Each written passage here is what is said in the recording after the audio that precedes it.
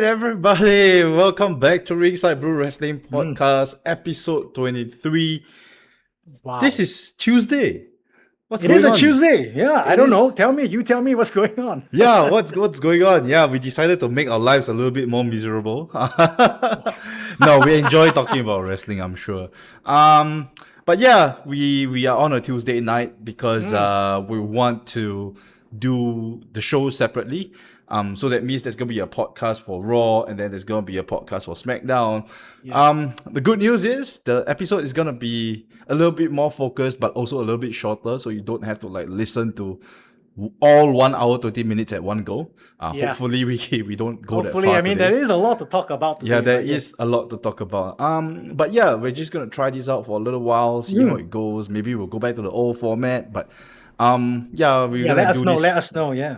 Yeah, we're gonna do this for maybe like 1 or 2 weeks and see how it goes. But yeah, as always, Ringside Brew Wrestling Podcast, we have a tradition now. But wait, before we begin, Yes. introductions. All right, so my name is Dave. My ring name is Big Dave. I've been wrestling for 13 years, since 2013. I'm also a creative and a match producer. I've been doing that for about 3 years, 2.5 years to 3 years right about now. So yeah, I do know a fair bit about wrestling, so I'm not talking on my ass. No, and you're a wrestling coach as well. Dave is also a Oh wrestling coach. I am. Yeah, you Joseph, go ahead. So now, yes, so that's Dave, wrestling coach. He's trained me as well. I'm also a pro wrestler, Joseph. That's my ring name currently, as well. My government name and ring name. I've been wrestling since 2022, and I've also just started to try and do a bit of creative. So again, we like to think we know what we're talking about. So that's why we're here. We hope. But yeah, fun fact, Joseph does have a 1-0 record against me. I do. Joseph has beat me In the once ring. in the ring, yeah. So the more you know. Okay, the drinks, right? So I'm gonna start first. Mine's Yes. the classic. I'm going to go for the Polka green tea. Actually feeling a little bit under the weather. I was thinking of going for some alcohol tonight, but I got an early morning tomorrow, so green tea it is. Yeah, it's not the kind. I guess you're not under the weather and the kind of like, oh, a shot of whiskey will help. No, right? It's not the kind of. No, Yeah, okay, I yeah, prefer better not stay. to do that to myself. Okay, yeah, I support your green tea drinking tonight because I will be doing beer. So Looks very atas. last- Peach jasmine. yeah, so this is last episode, which was actually a few days ago. I did a Sunbird Brewing from Singapore. It was their Onde Porter. Today I'm trying a different beer from them. It's a peach jasmine peach IPA. The Onde Porter, you only rated it 5.5. Will this be Yeah. alright though? Does this have actual peach taste in it? We shall see. So the spoiler is I have tried this before and I like it enough. So, but I will rate it on live for you. Right. Okay. So let's Let's do go our ahead. drinks, yeah. Yes. I don't think I need to really review my green tea, because at this No point, notes, yeah. every Singaporean and their mother has already tried Polka green tea at some point. If you haven't tried Polka green tea, I really question if you're Singaporean or even an Asian at this point. Wow. There's no freaking way there's someone out there who has not tried Polka green tea. There's no way. I'm sure every Singaporean Yes. has already. Cheers. Yeah, cheers. Oh man, refreshing. Okay. This is refreshing as well. I rate this 7.5 out of 10. Yeah. Sure. Any other notes on your drink? No? We good? No, it's sweet. So there is a bit of jasmine aftertaste. Yeah, you may want to point the brand yes. to the point me Yes, the it's brand. always Yeah. pro wrestling positioning is very important, Yeah, man. as we learn. So that's why. Okay, I think that's good. Is that good? Okay, so Yes. let's talk about this week's Raw. I felt like this week's Raw was a little bit special. I can't tell if it's the good kind of special or the bad kind of special. I feel like it was a mixed bag of worms here. Wow, worms. It's a mixed bag. I think I would agree mixed bag. It's a bit of mixed bag. The highs were quite high. Yes, the lows yes. weren't that low, but they're kind of like unmemorable. We'll talk about it. We'll talk about it. As always, we're gonna try the old system, which is honorable mentions first, then the titles. Let's talk about Finn Balor. Oh, he showed up. He was supposed to have a match, wasn't he? Yeah, so Finn Balor, he was supposed to have a match against JD McDonough, but on the way out to the ring, he was jumped by none other than Dominic Mysterio. So both guys are going to be facing each other at WrestleMania. So this match was Yeah. already like announced last week, Yep. but this week they had a new development, which I found a little bit weird. Okay, tell me about this development, but I know what you're gonna say, but yes. So basically, this week they announced that they added additional what they had an additional announcement that it's not gonna be just Finn Balor, it's gonna be Demon Finn Balor facing off Dom Mysterio. And the way they kind of announced it, it was like Finn gets beat down by JD and Dom, and Yeah. maybe like half an hour later we get to see like a Finn Balor vignette about him saying that he's gotta take it seriously now. So it's, Right.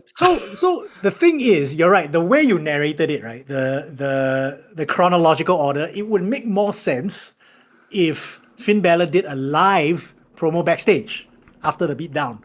But there's one big reason why they didn't do that, why? I think. Because they wanted that visual of Finn Balor looking at the camera, then suddenly the visual effect with the The with demon? the face paint. Yeah. Right.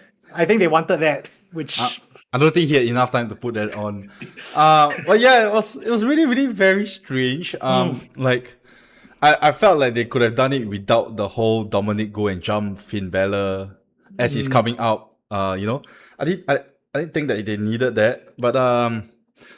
But never mind that. The setup itself was, you know, strange and all, but the main point was the announcement. of Demon I Balor. didn't like this.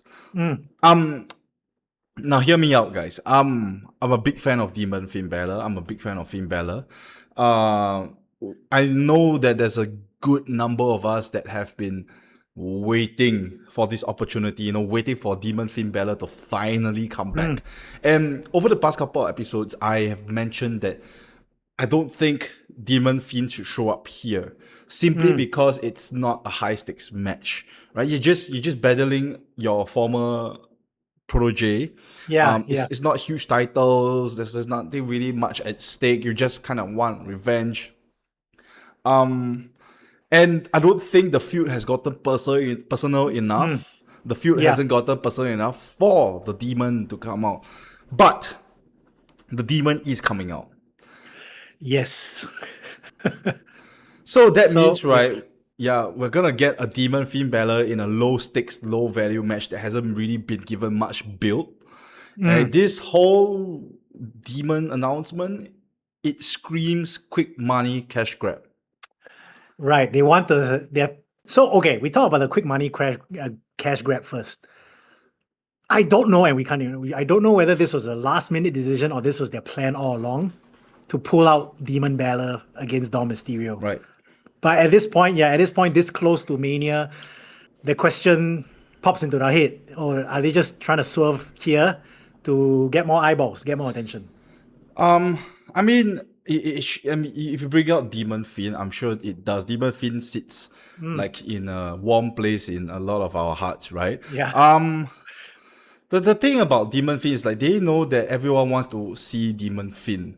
Yeah. And they know that. So like maybe I don't know like how many tickets they've sold. I don't know what's the status of the tickets.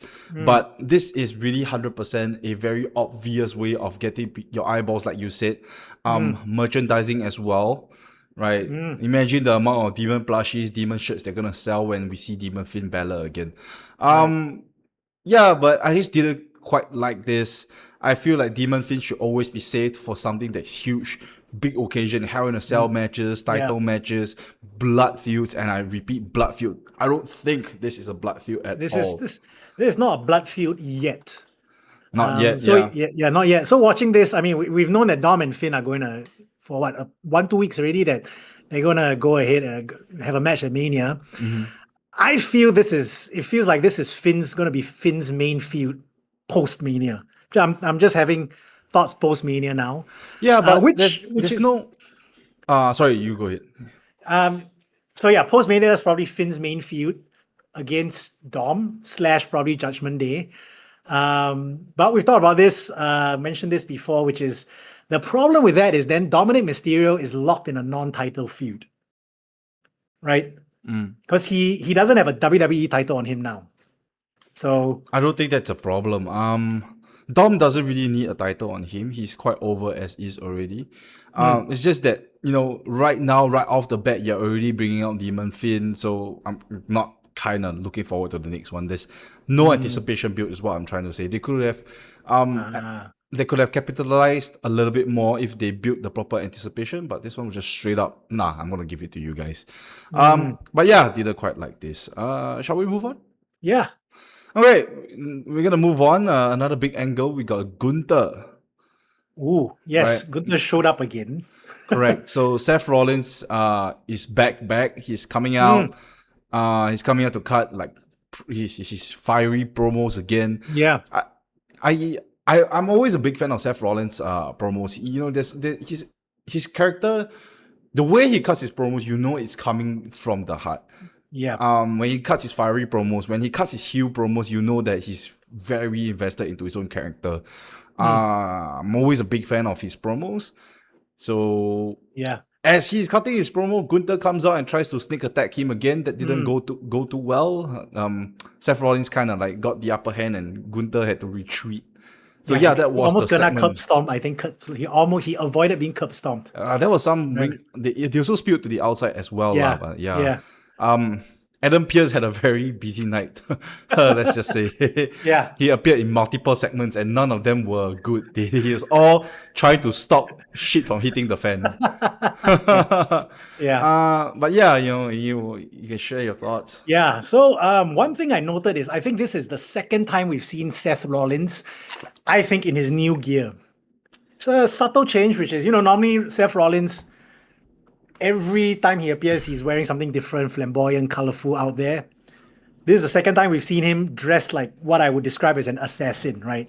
Black trench coat, black tie. Yeah, So- but go ahead. So to me, it signals it's not a full-on character shift, but it's a little shade to me. I think this throws back to his Kingslayer, Beastslayer time, no? Right? Yes, the yes. part where he's on a what's that? He's on a vengeful path, Avenger path.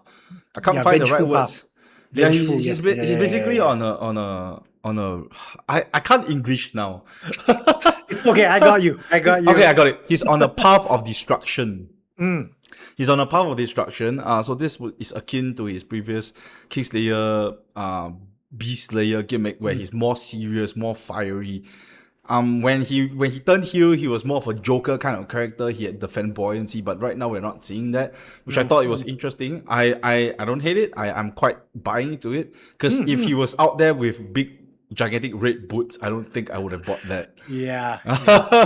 Yeah, exactly. So character shading. But the other main question that arose from this segment is Aroused you. well, I wasn't that aroused, but is why did Gunther attack Seth? Right. In fact, Okay. Seth thought it's because Heyman got to him, but that's not the case.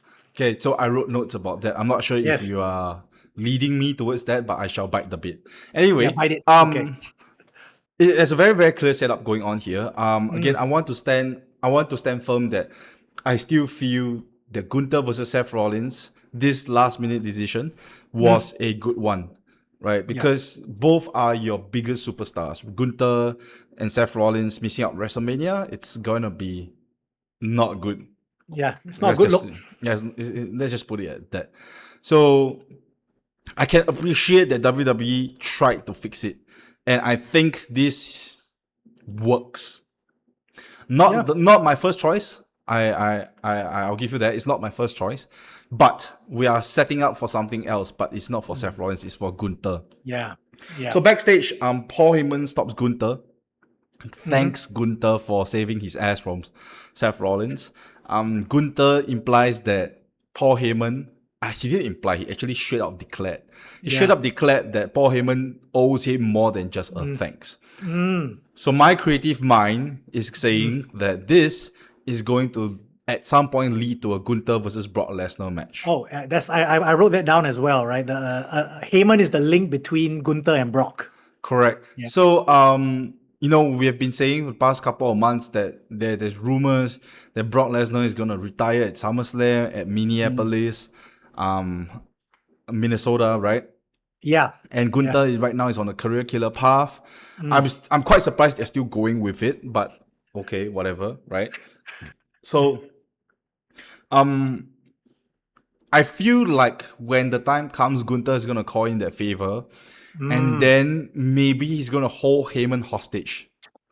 Right. So it's And then again, Heyman is always the stakes.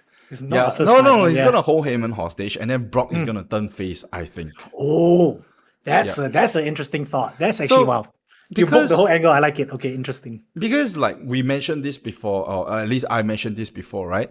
That Mm. The problem between Gunther versus Brock Lesnar is that you have heel versus heel. There's no one that you Yeah. want to see succeed. Yeah. Right? And if you have Brock Lesnar turn face, it becomes an easier case to support Brock and you want Brock to succeed. So when Gunther actually retires Brock, then the effect is a little bit larger. So For when it's, Gunther as well, right? Especially, yeah. so when it's heel versus heel, it's a little bit less clear cut.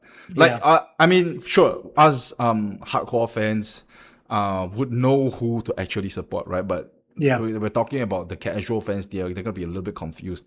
So I think this is gonna eventually gonna lead to that. But there's a lot of months until SummerSlam, so maybe Gunther probably is gonna take like a detour or two before we Yeah. get to Lesnar.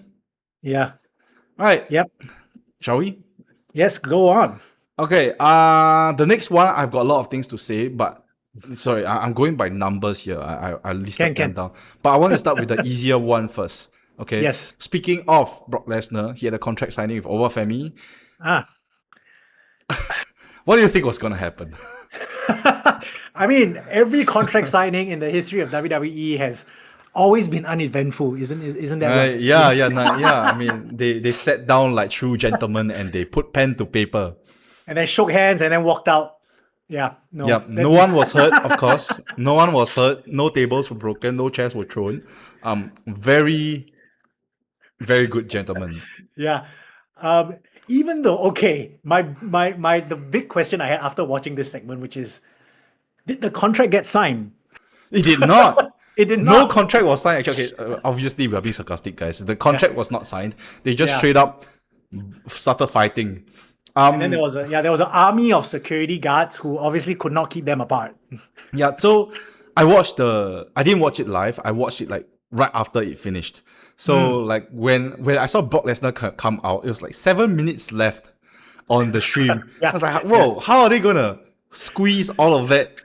And at the 3rd minute mark, the last 3 minutes, Obafemi struts out. Then you're like, doesn't he take 3 minutes to walk into the ring, right? It's hard you're gonna cut a promo within like 3 minutes. So obviously at this point I knew that he's just gonna jump straight into it. It was a full out war. I'm not gonna say I hated it. I actually quite enjoyed it because that's the proper escalation. We Yeah. have been escalating with each week Oba getting like getting the better Getting the upper hand, getting the upper hand of Brock. But yeah, what do you think was gonna happen, guys? Yeah. You talk about escalation. I mean, I chuckled to myself. I didn't realize how loud I laughed. I think my spouse called me out. She was like, "Why are you laughing so loud?" When Triple H showed up, which obviously he had to. Triple when he H looks so stopped tiny. Yeah. So when they hit Triple H's music, right? Then number one, nostalgia hits, but I'm like, oh yeah, because he's the only one who can keep them apart. But surprise, no, it didn't happen. Sure, let's get a 55-year-old retired man with a heart problem Yeah. to keep Brock and Oba apart. Sure, You're the boss, WWE. but you're the boss, but you have had heart issues. So yeah, you can stop them. Yes. Okay, last honorable mention before we hit the title scene. So this one I have a lot of comments. Actually, I'm not sure if we'll finish shorter than usual, but it's a lot of We'll things try. to say. We will try. But this one is it's a proper story. Actually, it's a SmackDown story that is on Raw. Yeah, it's an you would say. intertwined story now. Yeah. We'll go sequentially. So Yeah. basically the sequence of events that happen. Basically, Rhea Ripley and Io Sky are back together. Well, that emotional split lasted for a whopping 3 weeks. I mean, it was a friendly goodbye. I was like, hey, it's like, schoolmates, one go to 3E, the other go to 3A. Yeah. Then you still see each other in the school, but not that often. So now, Now they say they're gonna go their own separate way, and then they're gonna do their own WrestleMania thing. So, yeah, I didn't expect them to come back together so soon. But the right. moment we saw Io Sky last week coming out to save Rhea Mm-hmm. Ripley, Mm-hmm. we kind of drew the dots already. Yeah. Yeah. So Rhea Ripley, Io Sky reunites to take on the takeover, which is a BFAB BFAB and and Michin. Yeah. Michin. Yeah. But before that, before the match happens, we get an awesome, in my mind, an awesome vignette by Mm. Asuka. Yes. I love this vignette. For me, there were great lines in this vignette. The one that stuck out for me was, and she says this in Japanese, right? Asuka said this in Japanese: "I will always be your senpai." Right, and for me, I think just using that word brought a lot of an Asian sense to it. I don't know how to, like a Japanese sense of like, because senpai is a very loaded word, right? The relationship between, it's not just mentor and student. Senior. So Senpai means yeah, senior. yeah. So there's So wait, that's so what you took away from this entire segment. I There's so mean, okay, many that was things what I to took take. away. There's so many other things to take away from that. Um, I wrote, "Wow, Asuka the gaslighter." Yes, that I She mean, she's yeah, she's she's gaslighting all of us, right? Because she was the one who actually turned heel on Io Sky. right, But Asuka's main point, her character plot is right now she loves Io. She used to love Io Sky so much. She yeah, loved her so much that she gave her every, everything just for Io Sky to turn her back on Asuka. Which I mean, on paper that sounds like a very asshole thing to do. yeah, But truth of the fact of the matter is it wasn't.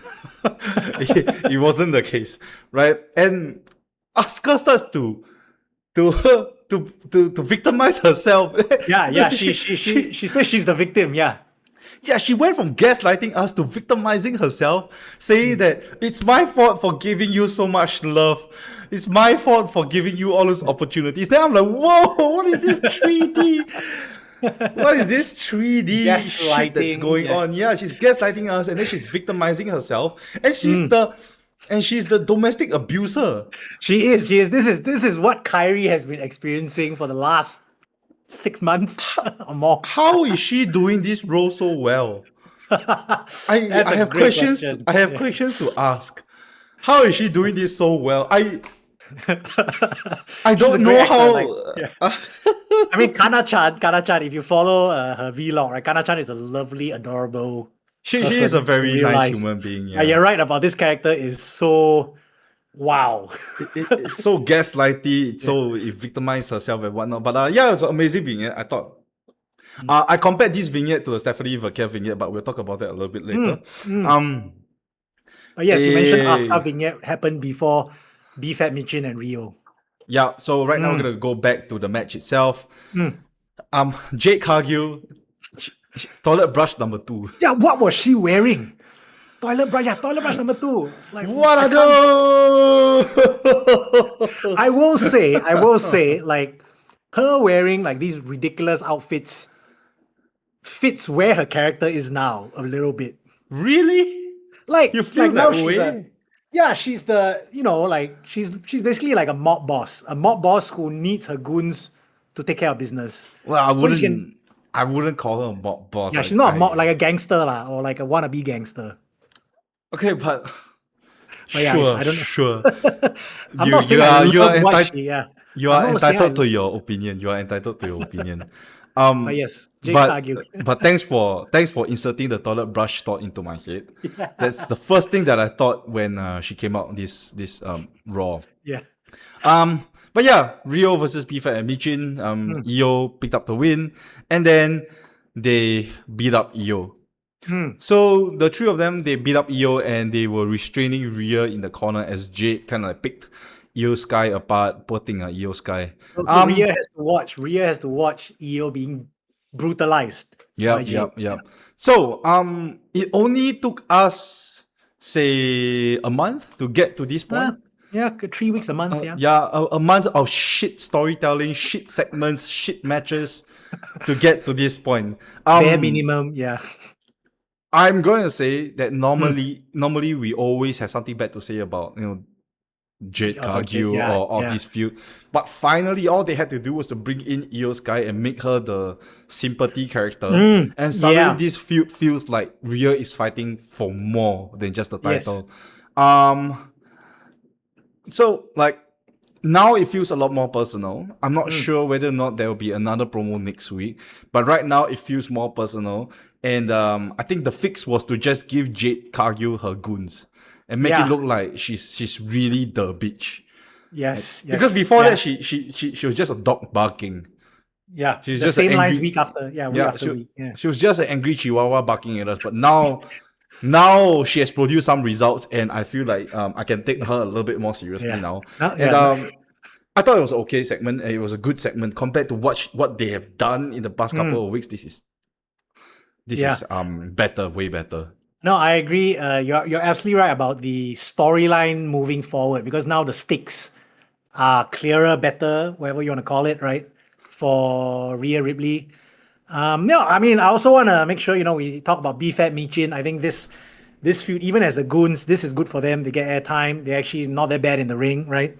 Yep. So the WWE has finally strung all these women together.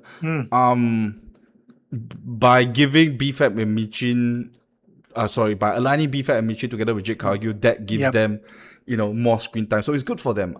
Yeah. I take that as a win. Yeah. But yeah, this today's segment felt positive. Yes. One more thing before we probably move on, which is I just want to, start to tinker about with post-mania because we both feel, yes, Jade Cargill will lose the title. The takeover as a faction should still go on, but they drop down to lower card, whatever the singles division is now, sadly. Yeah, Are you wait? you were Yeah. saying. You go. So that's the takeover, I think. And to me, at least where you said the Asuka vignette came out before this match, where I think they want to go creatively is Asuka, Rhea, Io, and Kyrie. These four women kind of adjacent these four women will prop up the single title. Not too sure about that. I feel like that's a little bit of a far-fetched creative idea. I would say no because it does seem like there's a possibility, but it's still quite far-fetched. I Yeah, would like to think okay. that once Mania is done, Io is gonna go back to do her Io things with the Kabuki Warriors. Then Rhea is gonna stay on SmackDown unless she's drafted over, obviously. But she's gonna stay on SmackDown to help lift the title after it's been damaged by Jade Cargill for the past half a year. But yeah, I don't know if Jade Cargill and her goons are going to continue being in the main event scene. Maybe for one more show to chase it again. But I don't see them, being in the top No. I don't top think card. I don't think they're going to be in the top card. I think they will cycle back down to whatever is at the bottom now. All right, let's move on to the title scene. We've got the women's intercontinental title. They made an appearance this week. Last week they disappeared. So AJ Lee Yeah. and Becky Lynch had a backstage vignette. It was a sit down. It's supposed to be a sit down interview with Michael Cole, right? Yeah, so between AJ and Michael. Yep. But as we've seen in the last few months, these kind of interviews never get interrupted. Very uneventful. No lah, they sometimes they don't get interrupted lah. Not all the times. The contract signings they are out of Becky interrupts AJ right in the interview. Yeah. Okay, so the very first thing that came to mind was how similar this angle felt like to the Stephanie Vaquer and Liv Morgan angle. They also did interviews for for the start of the feud, right? Their interview vignettes at the start of their feud, and I feel like it's quite similar, but it's just very minimalist. It's not like the same lines or whatever. But what I can say is AJ and Becky are using the same lines. They are using the same lines. I don't think the feud escalated or moved forward. Yeah, it's just to remind that they're still fighting. Becky basically says whatever she said like 2 weeks ago before they went on a 1 week hiatus. Becky brings up the same points, and then AJ Lee also brings up the same points again, saying that she's her daughter's favorite wrestler. She's her wrestler's favorite wrestler. Favorite wrestler. Yeah. Saying same lines. Yeah. Yep, saying that she created the division that Becky Lynch is in right now. She was the trailblazer and whatnot. So basically, it's the exact same thing. Yeah. I'm very neutral about this in the sense that we are coming off a 1 week hiatus for both these ladies. Yeah. They could have easily just not showed up again. So they did a vignette, which I appreciated, right? I Yeah. Keep it appreciated, in our attention. Yeah. yeah, as Joseph said, I appreciated that they kept them in our periphery. But what Mm. I didn't appreciate is there was no escalation. Yeah. So there's nothing really much to talk about this. It was the same lines, different environment. Mm. Yep. Yep. Let's move on. There's nothing much to Yeah. talk about that. Yeah. Another thing with not a lot to talk about is the WWE Women's Tag Titles. So Lash Legend came out this week to face Bailey Singles match. Yeah. in a singles match. It's the same. Yeah. Like, same thing. Like, it's the same thing. It's a copy paste of every time any of the women's tag team has a match, a third or fourth one shows up ringside and gets the match thrown out. We've seen this for 3 weeks already? Or No, more, not even? 3 weeks. I think maybe the last weeks. 2 episodes. Yeah. So like the SmackDown and then the Raw before the SmackDown, I feel like this has happened quite a fair bit already. Again, just to shrink Joseph's words together, right? We get a combination of a tag team running out to interfere with someone else's match. And then of course the match gets thrown out. I don't think the match got thrown out, sorry. Bailey actually won. Oh yeah, actually Bailey did win. Yes. Bailey did win, but Lyra did help her cheat a little bit, which was interesting. Yeah. So that's the main narrative point. You're right. The tag team feud didn't move forward, but this character moment showed up. Yeah, so I thought it was interesting that Lyra helped Bailey to cheat a little bit, and Bailey didn't know. So I'm not sure where we're gonna go with this. I mentioned before, I think Lyra is gonna turn heel at some point. Yeah. And I'm more inclined to feel that it's soon because of the title scene, right? But yeah, but the entire angle, if we take away the Lyra thing, the entire angle was just a copy paste from the previous 2 episodes. A team gets involved in the match and they get thrown out. And the match gets thrown out. Sorry. Yeah, but One issue that I had with this was the Bella Twins not showing up. Right. So Nikki is injured for real. Yeah. Yes, so, I noted that. So I understand that Nikki Bella is hurt, but I'm sure there are ways to get them involved rather than no show, right? Interference via satellite, or things like one of them shows up, or Nikki just stays behind, something like that. Yeah, backstage. Yeah. Like Brie Bella can also show up. It doesn't have to be the 2 of them, but they collectively didn't show up, and like it just begs the question, like, are they still part of this tag team match? The answer is obviously yes, but it's the way the story has been set up is the attention is all on these 3 other teams, while the Bella Twins take a backseat to WrestleMania. I can't say I'm a big fan of that, right? Because I know for the fact that they have been inserted into this with no accreditation and whatnot. They were not over. They came back for a decent-ish pop. Yeah. Right. And they stunk immediately after that. So they got inserted. They got inserted in. So I feel like they should be pulling their weight, but they haven't appeared. Again, I know Nikki is injured, right? But at least something.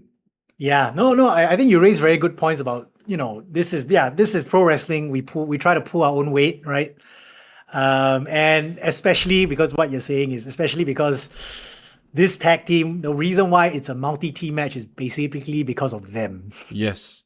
You know what? I'm gonna rage so hard if they win the titles. Oh no! Don't start! I will no. We still have a podcast to record.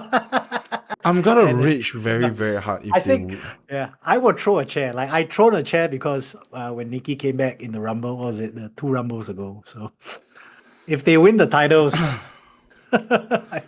Please. All right. Let's talk about the women's heavyweight title. This one held by Stephanie Vercaer. So Stephanie Vercaer also had a vignette similar to Asuka.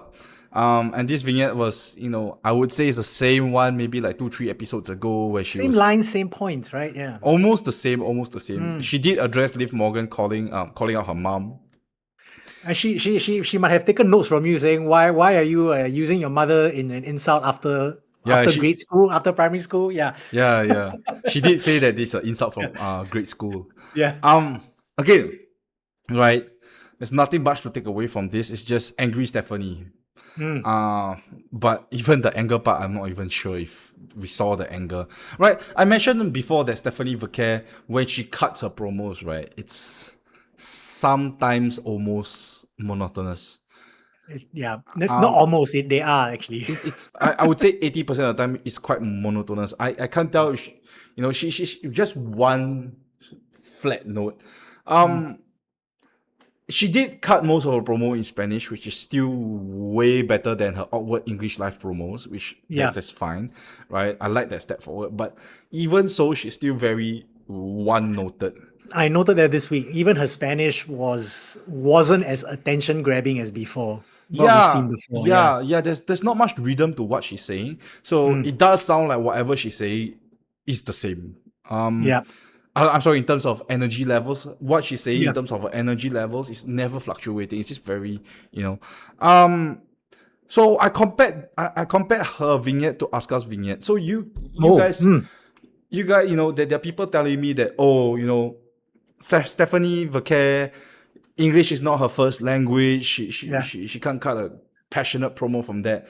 Okay, guys, then explain me this. Right now she's speaking in Spanish and she's still monotonous.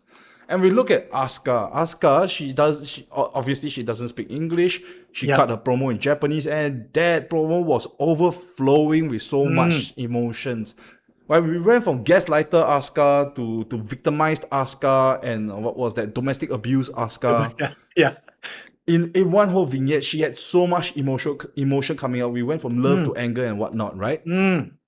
Stephanie Vercaer is just flat tone. I hate you. Yeah. Yeah. Okay. So yeah, you go ahead. You're right, because not just in terms of the language barrier that both Vercaer and Asuka share. You said online, some people say, oh, Vercaer is a demon character, right? With the horns. Asuka also. Right? Asuka, okay, she's a kind of. Right? Yeah. Kind of. But so you actually, I'm saying you're absolutely right to compare Vercaer and Asuka, because kind of the same gimmick, you're right, are kind of language barrier, second language. In defense, so this is also in defense, but not really, of Vercaer, is I don't quite blame her, because what Asuka said about the gaslightiness, domestic violence, there's a longer storyline, longer build, much more lore than what Vercaer has to work with. However, as a pro wrestler, you gotta know how to make it work. Yeah, so on that, right, you make a very good point. So on that, we talk about characters, right? You can argue that Stephanie Vercaer's character is a demon character, a badass character. Sure. Right? That's why she sounds like that. But that's the problem. The main point of the character is for the character to connect with me. Yeah. Right? If Asuka can connect with me, why can't Stephanie Vercaer? Yes. Right, and it's not as if I don't understand what the demon character is, right? Undertaker obviously had rhythms to his had rhythms to his notes. I don't know what other names to bring out, but it's just very hard to connect to her. I like her wrestling, don't get me wrong. I like her wrestling, I like her looks, but just the character part, I cannot make sense out. I can make sense out of it. I just cannot connect with it. So we get an appearance again by Stephanie Vercaer later in the night. I got jump scared by this. Oh yeah, this was brutal. I think because it was what Liv was talking to Roxanne. Yeah, so in a separate segment, Liv Morgan was having a backstage conversation with Roxanne Perez. Yeah. With the grounds that Roxanne was brought in by Finn, but then they expelled. They expelled Finn Balor. Yeah. And so Liv Morgan was trying to see whether or not Roxanne was cool with that. Yeah. But in typical Judgment Day tension faction, the answer was never, the answer never came out from Roxanne's mouth, because Stephanie Vercaer jump scaring all of us, blindsiding Liv Morgan into Roxanne, and damn near killing Liv Morgan by flinging her into the TV screen. That was brutal, man. And you talked about before how Vaquer needs to talk less and show her brutal side more, and this was it. I think This was it. So this is it. Yeah, yeah, the vignette was a bit flat, but this attack was amazing. It yeah, was so brutal. I mean, of course, we gotta give props to Liv Morgan selling the holy heck out of it as well. But yeah. that jump scare really got me. I was I like, think oh my Roxanne god, as well. holy I think shit. yeah, I think the fact that Roxanne actually helped to sell it right, because she took out two people. There was the ricochet I effect. don't think Roxanne had a choice. Yeah, exactly. I Yeah, think Stephanie Vaquer hit Liv Morgan so hard that Liv just flew into yeah, Roxanne. just Yeah, flew into Roxanne. I'm sure Roxanne would have busted a gum somewhere in there. it looked bad. I don't know. I didn't want to watch it again, but yeah, it looked bad. But Yeah, yeah, but coming back, Vaquer let her fists do the talking. yeah, so this is the part where I felt like it was very crucial to their storyline because this kind of hatred is what this kind of hatred resonates with the current progression they are at. Right, right. So it helps add more fire to the feud. So I love this attack, but the vignette not so much. Okay, then let's I think that's the women's scene, right? yeah. Yeah. How are we taking more time? No. I think we're on track. We're on track. I think we're on track. Ish. I plan to 40 finish by minutes. 45 minutes, but we're at 40 minutes now. I'm so sorry, guys. Yeah, but as we Under get the more- hour, I think we can still do it under the hour. But yes. All right. Okay, so let's talk about the men's IC title. Yeah, Okay, I see title first. I yes. don't want to spend too much time on this, right? There's a couple of takeaways. Number one, this match was great. It's a fun match. Yeah. It's a fun 6-man tag. You should go and watch it. Yeah. Second of all, Rey Mysterio returns. And he is joining this ladder match for the IC title at Mania. Yeah, so I'm sorry, I'm not sure if we mentioned what match it was. So this match was Penta, Dragon Lee, Javon Evans versus the Los Americanos. Yeah. Rey Mysterio returns and he inserts himself into the ladder match. I had two takeaways coming out of this. Number one is I thought Rey was injured and Not anymore, I guess. and he couldn't face Gunther because of that. I don't know. Yeah, But that's a passing question. My more important concern was the Americanos getting lost in all of this shuffle. Yeah. So if you remember not too long ago, we had El Grande Americano and the OG just fighting each other. You know, when the OG came back, we thought that, oh yeah, he came back just in time for a build towards WrestleMania, right? He came back in what, the Rumble? Yeah, Rumble. We had so- OG and the current loss. So that was at least 2 months for the OG and the current El Grande to build a feud. They pissed it all away. They Nothing built it happened. just a little bit, and then after that, they kind of like dropped them. I thought that this had so much potential. Yeah. We could have even done a mask versus mask match at WrestleMania, and I think people would pop for that, right? And the fact that both El Grandes, right, of course, before the OG got injured, but both El Grandes, they have been carrying this specific part of the card for like a year, Yeah. and they're not even penciled in for Mania. I think this is atrocious. I agree. That we are robbed. We have been robbed of a El Grande versus El Grande, mask versus mask. Hopefully, they are holding it off for another big PLE, but wasted. It's a bit wasted that it's not Mania. I agree. Right. That's okay. Let's move on. Yeah. Yeah, we can move on. We got a men's Raw tag team titles. So I titled this whole I titled the Raw tag team titles. I titled this whole segment. If you're from Singapore, I titled it "I Show Speed is Sian Half." It's really poor I Show Speed. Yeah. I Show Speed is really very poor thing. So I Show Speed shows up to Raw. He's trying to find Danhausen to uncurse him, but the curse continues. He keeps But Danhausen wants his house. yeah. So Danhausen's demands is getting worse and worse by the week. It started with the YouTube channel. Yeah. Then it became like millions of dollars. Then now he wants his house. But anyway, I Show Speed shows up. He wants to get uncursed, right? His curse is getting dragged into this feud deeper. He's getting dragged in deeper and deeper. He's trying to get out, but he's just being dragged back in. He's been trying to get out since last week. Okay, I would give it to him. He plays that part really well. It's quite entertaining to watch, right? He's one of the more entertaining celebrities, unlike Jelly Roll for me. So LA Knight versus Austin Theory. Of course, the Vision invites Speed out. Yeah. And of course, because of the curse, Speed gets involved again. Yeah.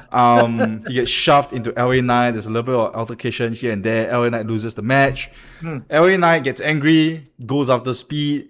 Speed runs away and runs into the Usos. Yeah. Yep. So a little bit later, Adam Pearce sets up a 6-man tag of the Vision and Isho Speed versus the Usos and LA Knight. So that answers our question, right? Isho Speed is not gonna be a manager. He's gonna be part of that match. Yeah. So this is our first, I think, confirmed celebrity segment / match for Mania. Yep. Yeah. I enjoyed the match in this segment. The problem I have with this is that not just the Raw tag team titles, but the SmackDown tag team titles as well. Currently for Mania, they are either comedy matches or celebrity matches by my count. Yeah. Which is absolutely a horrible look for the actual tag team division. I agree with that. Yeah, but that's what we got. And like what you said, Isho Speed is entertaining, but what about the Fraxiums, the Los Gazas, the Motor CDs, right? So I mean, it is what it is. WWE is trying to find a balance in the show because if every match on the card is serious, that might take the breather out of the audience a little bit. So you need variation. But I would concur that this is not the kind of variation that I want to see in my title scene. Now obviously Speed in there is. Speed put in a 6-man tag, it screams he's inexperienced. Let's cover up for his inexperience and whatnot. So that much I can understand. And it's good that it's a 6-man tag, so we don't have to overexpose that inexperience and it won't go bad from there. I did feel like this one was a little bit random because Jey Uso, the Usos were in the heart of the CM Punk Roman segment. Ooh, which we will get to right after this, but they were they were part of the CM Punk Roman segment. Even in the brawl, that brawl where Jey caught the shot against Roman, he was there, and then all of a sudden he's not anymore.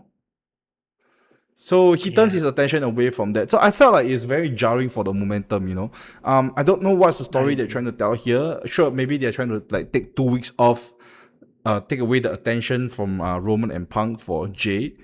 Right. But I feel like it's a bit too jarring for me. I would have loved to see Jey crash out again today to remind us that he's crashing out. But he didn't. He was very calm.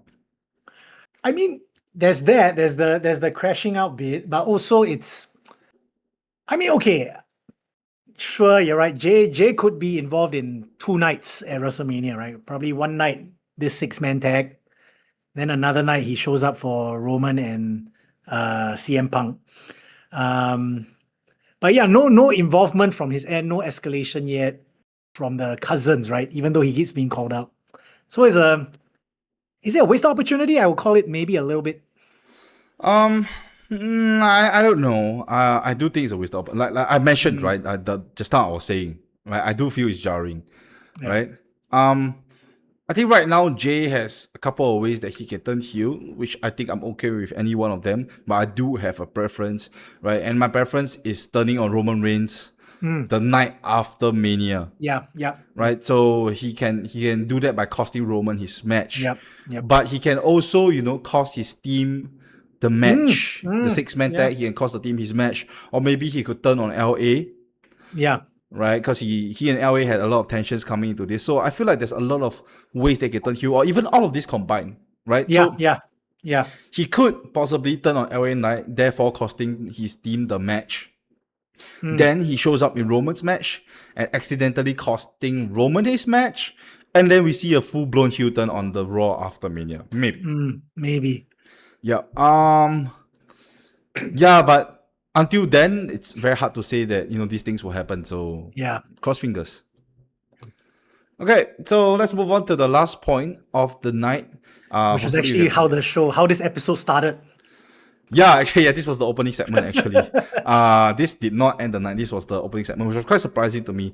CM Punk comes out, cuts a passionate promo as CM Punk does. He calls out a lot of people. Things to note is that Roman Reigns is not around. Yes. also kind of like he yeets the World Heavyweight Championship into the ring. That was crazy. And he left it at the end. He left it on the announce desk. He didn't take it back. I don't know whether he forgot, but anyway, yeah. Yeah, so this promo, there's a lot of things to take away from this promo, right? He at first started by addressing Roman, which is usual, right? It's nothing out of the norm. He addresses Roman. He says how plastic Roman is. He's very fake, but CM Punk is all authenticity. You know, he'll tell you like it is. He's basically just highlighting the differences between Roman and CM Punk. Roman himself. is corporate. He cannot be controlled. Yeah. So you know, Punk is the survivor, anti-hero kind of character, which I get. The promo was good. Then his promo started to change gears, and he started targeting other people. Yes. You want to touch on that? Besides, let's talk about other people. So it felt like he said, you think I'm done? And already, you think I'm done? And he calls up Pat McAfee. Right? And this is where already for me, this promo already had shoot elements to it. With Pat McAfee on it, for me, it became full-blown shoot. And he topped it off by saying, tell his agent to lower the ticket prices. That to me was the nuclear bomb line. I felt like that line was, the line that you just mentioned felt a little bit off context. So what agent is this? Basically, it's the agent from TKO bringing Pat McAfee back. So I think that you should have mentioned that. So basically, he's breaking the fourth wall is what I'm saying. Yeah. I also thought that, he's breaking the fourth wall here. He's saying that ticket prices are too high.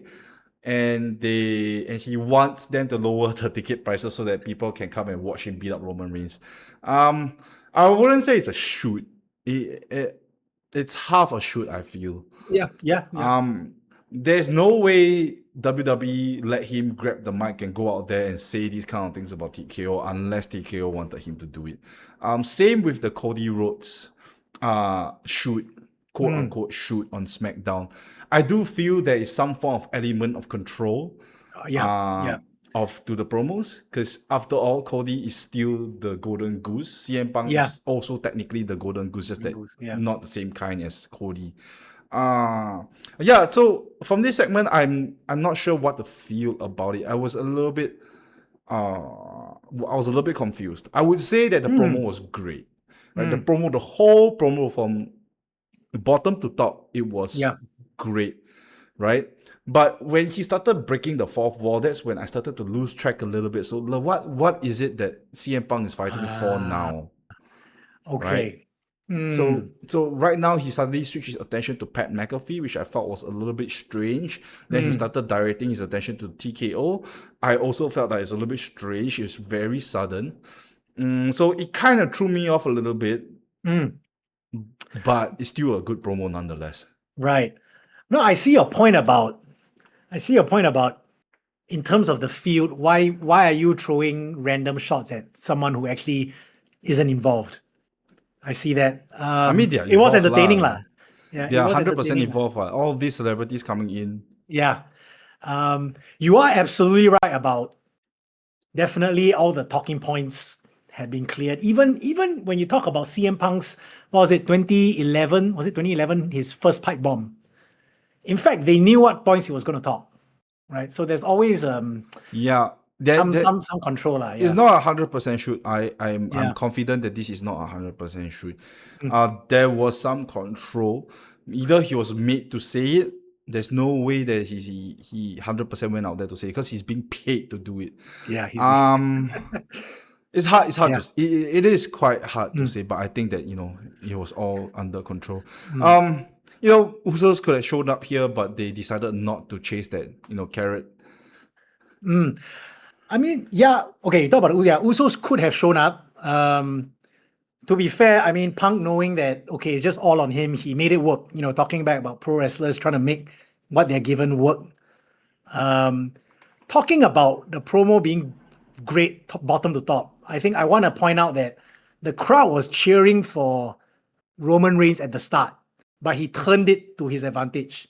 They Yeah, ended up because cheering for him at the end, which is he's that good. Yeah. yeah, because he's talking about the truth, right? He's not lying to anyone. What he's saying has a lot of truth.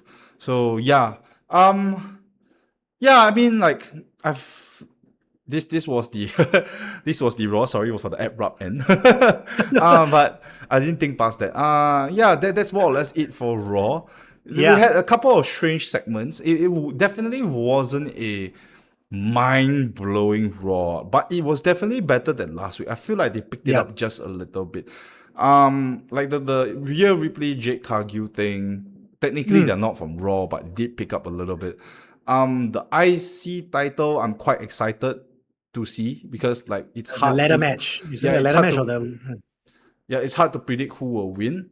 yeah. Well, we will talk about that eventually when I'm losing a little bit of steam for the CM Punk and Roman Reigns one. Actually, I feel like yes, I have lost a bit of interest since the Old Man line. Right. They lost steam at the Old Man line because I felt like that was the momentum killer. Like, why did you snap at someone calling you Old Man? That didn't make sense at all. But yeah, I mixed bag of feelings. Yeah. It's mixed bag. I think partly maybe we are still reeling from Pat McAfee, which we will definitely cover when we do SmackDown for episode 24 after this. Yeah, so we are still gonna do SmackDown. Don't worry, guys. This is just a new format they're trying out to see whether or not it works. We will be recording probably Saturday night. We shall see, and we'll get the episode out to you definitely on a Sunday. We took a little bit longer than expected. I wanted to finish at 45 minutes, but we are now at 56. We'll definitely Still under try an hour, yeah. so let's okay. We can wrap it up. Yeah, we'll definitely try to do better the next one. But anyways, let's do the closing speech. Yeah. As always, guys, please like, share, and subscribe or follow whichever platform you're on. You know, our content, our TikTok videos, whatever it is, just help to share it around, give it a like, comment. It really, really helps us. All right. How you find us? Instagram and TikTok, we are at ringsidebrewpod.sg. Once again, at ringsidebrewpod.sg. Right? If that doesn't work, just simply search up Ringside Brew Wrestling Podcast. The title is right there. All right, we are on YouTube, Spotify, and Apple Podcasts. Also, on a side note, we do have a support channel for donations. Like if you like what you're hearing and you want to support us beyond the liking, the sharing stuff, you want to help us out, I've actually set the donation value to the lowest, like $4. So $4 just to help cover us the drink to tide through the podcast. You know, any form of support is appreciated. But once Much again, appreciated. yeah. Once again, if you are not into the money stuff, that's okay. That's okay. Just help us do the social media stuff. That's more than enough. All right, guys. Thanks for tuning in.